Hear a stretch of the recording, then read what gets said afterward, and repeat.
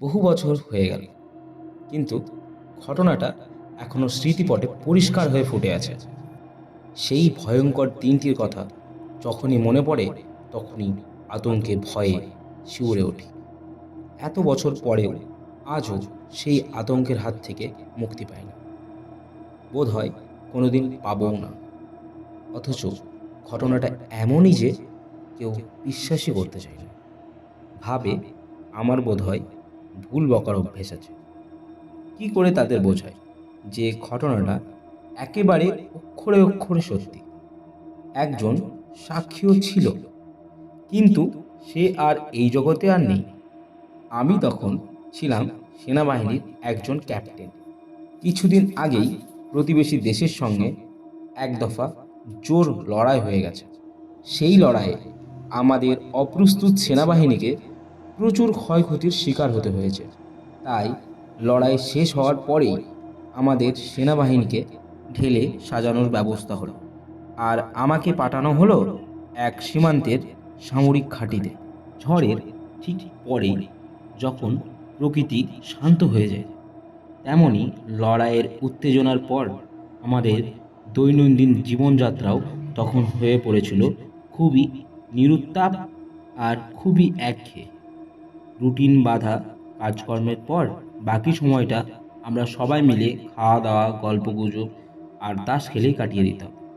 বিশেষত তাস খেলাটাই খুব চলতো।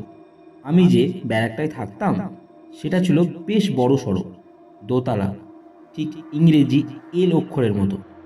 আশেপাশে কিছু দূরে দূরে আরও অনেকগুলো ব্যারাক ছিল। ব্যারাকগুলোর সামনে ও পেছনে অনেকখানি ফাঁকা মাঠ।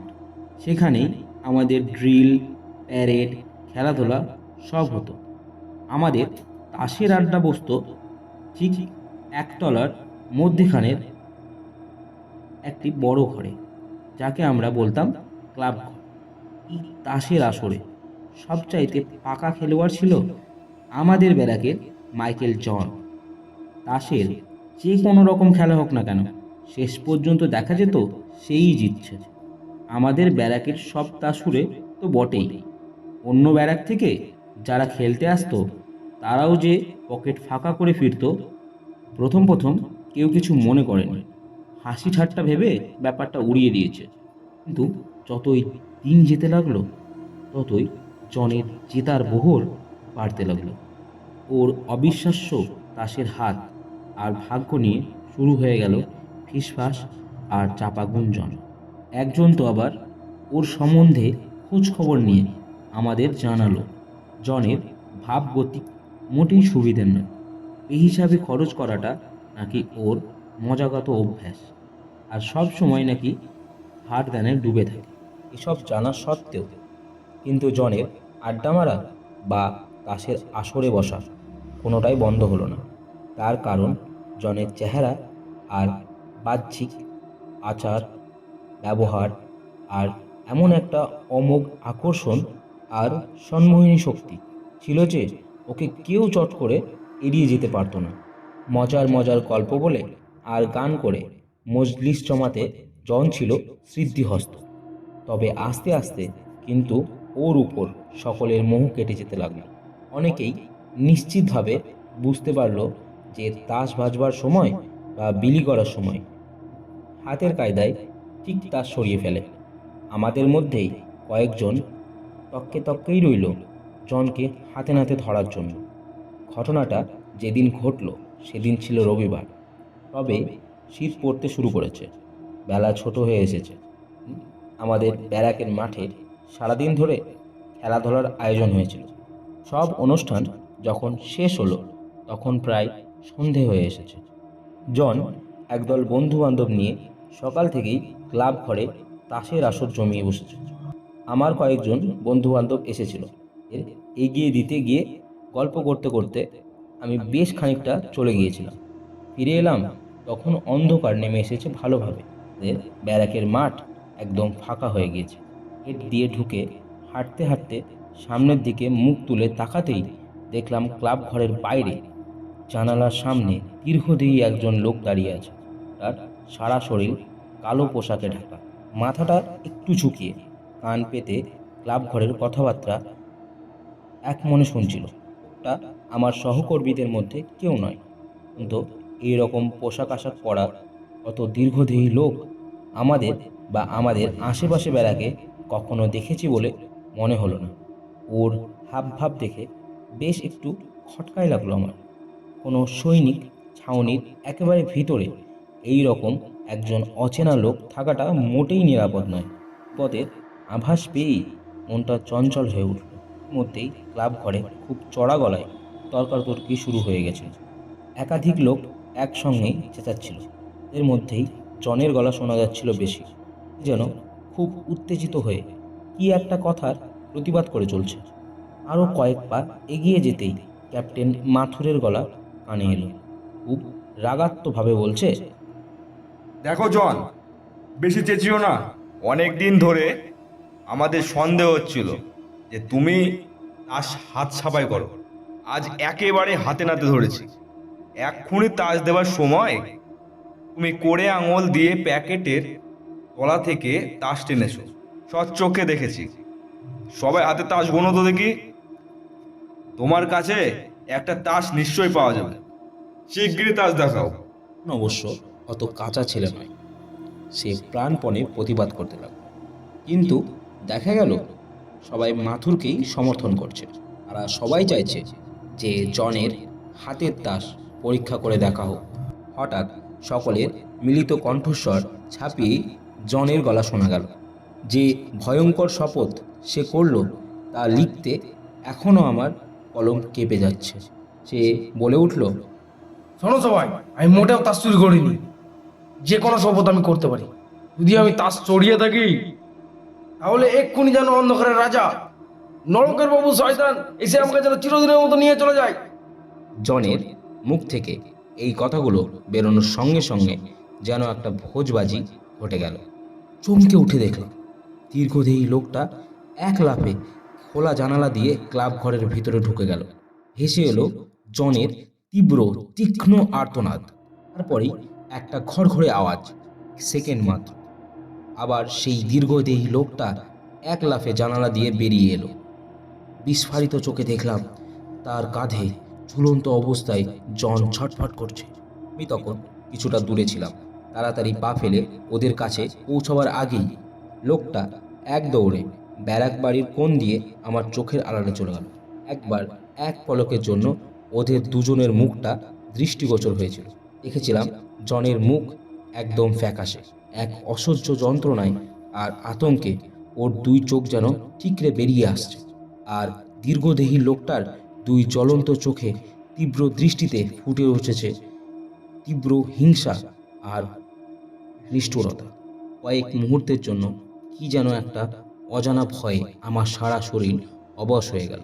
কোনো রকমে নিজেকে সামলে নিয়ে ওদেরকে ধরবো বলে দৌড়ালাম, কিন্তু ব্যারাকের বাঘ ঘুরে দেখলাম কেউ কোথাও নেই। চারিদিক ফাঁকা নির্জন। আবার দৌড়ে ফিরে এলাম সামনের দিকে। প্রহরীকে চেঁচিয়ে ডেকে জিজ্ঞাসা করলাম, কেউ এইমাত্র বেরিয়ে গেছে কিনা। জানালো না। অগত্যা উদ্ভ্রান্তের মতো ক্লাব ঘরের দিকে ফিরে গেলাম। ভেতরে যে দৃশ্য অপেক্ষা করেছিল তার জন্য আমি মোটেই প্রস্তুত ছিলাম না। দেখলাম যে জনকে একমাত্র কয়েক সেকেন্ড আগেই দীর্ঘদেহী অচেনা লোকটা কাঁধে ছটফট করতে করতে সে সশরীরে ঘরের একটা ইজি চেয়ারে চিত হয়ে পড়ে আছে। ভাগ্যক্রমে ক্লাবে সেই সময় আমাদের এক ডাক্তার বন্ধু ছিল। সে পরীক্ষা করে জানালো জন মারা গিয়েছে। তো বুদ্ধি হয়ে একটা চেয়ারে বসে পড়লাম। চোখের সামনে তখন সমস্ত বিশ্ব ব্রহ্মাণ্ড দুলছে। ঘরের মধ্যে অত লোকের চিৎকার চেঁচামেচি যেন কানেই যাচ্ছিল না। একটু ধাতস্থ হওয়ার পর ঘরে কি ঘটেছে শুনতে চাইলাম। সবাই একসঙ্গে যা বলল তা সারমর্ম করলে দাঁড়ায়। জন রীতিমতো তাস বিলি করার সময় ব্যাগ থেকে তাস সাফাই করেছিল। ক্যাপ্টেন মাথুর সেটা দেখতে পেয়ে জনকে চ্যালেঞ্জ করেছিল। তাই নিয়ে দুজনের মধ্যে তর্কাতর্কি বেঁধে যায়, যেটা আমি ঘরের বাইরে থেকেই শুনেছি একটু আগে। এই সময় জন হঠাৎ ওই ভয়ঙ্কর কথাগুলো বলে ওঠে। সঙ্গে সঙ্গে নাকি বাইরে জানালা দিয়ে একটা দমকা হাওয়া ঘরে ঢুকে টেবিলের তাসগুলোকে উড়িয়ে দেয়। আর জন আর্তচিৎকার করে চেয়ারে ঢলে পড়ে। একটুখানি ছটফট করে তার দেহ স্থির হয়ে যায়। সব শোনার পর আমার মুখ দিয়ে আর কথা সরল না। ভাবলাম, তাহলে একটু আগে আমি কি দেখেছি, আর কেনই বা দেখেছি? যা দেখেছি তা অন্য কাউকে কি বলা যায়?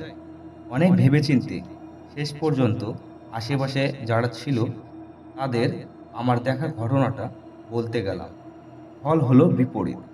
তারা বিশ্বাস তো করলই না, উল্টে ভাবলো হঠাৎ প্রচণ্ড শক খেয়ে আমার মাথা বোধহয় গোলমাল হয়ে গেছে। আমাকে সুস্থ করার জন্যই তখন আবার কেউ কেউ ব্যস্ত হয়ে পড়ল। ব্যাপারটা এমন পর্যায়ে গিয়ে পৌঁছলো যে আমার সন্দেহ হতে লাগলো, তাহলে এই সবটা আমার চোখের আর মনের ভুল। আমার অন্তরঙ্গ বন্ধু ক্যাপ্টেন ভার্গব কখন একসময় কাছে এসে দাঁড়িয়েছে টেরই পাইনি। ক্লাব ঘরের ঠিক ওপরেই কামরাতেই থাকতো ও।